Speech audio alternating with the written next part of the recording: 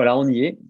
Afin de permettre l'atteinte des objectifs, le nouveau rapport du DPE a été rendu plus clair et lisible pour l'ensemble des usagers. Et ça, c'est une très bonne nouvelle. Je vous présente le nouveau rapport. Alors, en page 1, c'est une synthèse. C'est le résultat de tout ce que nous allons trouver à l'intérieur du rapport de manière très détaillée.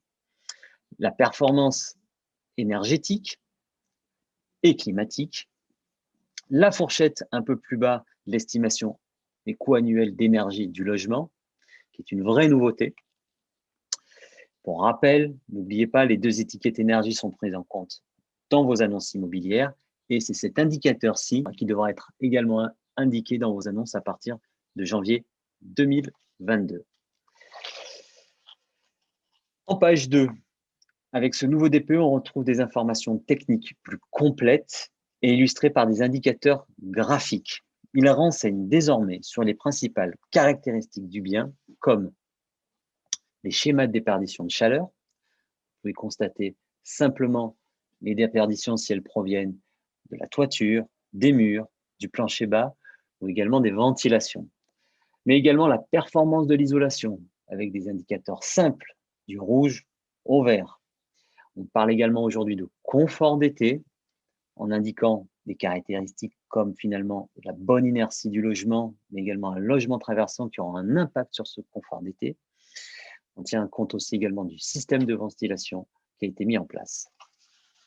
Enfin, sur la page 3, vous retrouvez dans le détail le montant des consommations annuelles d'énergie ventilées à la fois par pourcentage, mais également par frais annuel d'énergie. Ça nous permet de comprendre finalement comment est ventilé poste par poste les coûts annuels. Sur cet exemple-ci, on constate que le chauffage représente 67% des coûts de la facture et l'eau chaude sanitaire 29%. Enfin, vous pouvez voir qu'un petit peu plus bas, afin de rester dans cette fourchette d'estimation, il est mentionné des recommandations devant permettre la maîtrise de la facture d'énergie, comme par exemple une température recommandée en hiver de 19 degrés. Chose bien faite, on peut même lire l'impact d'une surchauffe de 2 degrés sur la facture, soit 308 € par an. En page 4, la vue d'ensemble des points faibles et des points forts de l'isolation du logement. Il reprend donc les murs, le plancher bas, l'enveloppe donc du bâtiment. Il vous indique encore une fois avec des indicateurs simples, bonne, insuffisante, moyenne et des codes couleurs si l'isolation est performante ou non. Ce DPE aujourd'hui n'est pas seulement une photographie de la performance énergétique du bâtiment, il représente aussi un levier d'amélioration de l'habitat. Du coup, en page 5 du rapport, vous allez retrouver le volet recommandé d'amélioration de la performance du logement. Avec, en petit 1, les travaux essentiels à mener en priorité.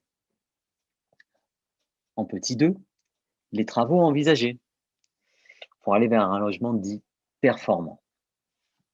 Vous remarquerez que vous voyez les différents postes, le descriptif et la performance qui est un petit peu plus complexe, finalement recommandée. Chose importante, notamment concernant les murs, et particulièrement en copropriété, des précisions sont amenées. Par exemple, travaux à réaliser par la copropriété.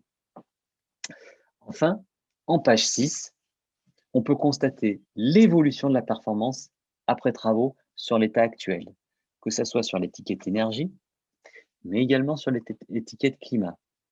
Vous pouvez constater que vous avez l'état actuel, l'impact avec le bouquet 1, mais également avec le bouquet 1+2. Cette page est bien faite puisque vous retrouvez également les différents liens pour le dispositif d'aide à la rénovation.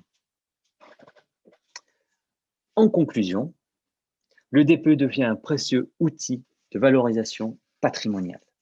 Il fournit une feuille de route pour améliorer le confort et la performance énergétique des logements.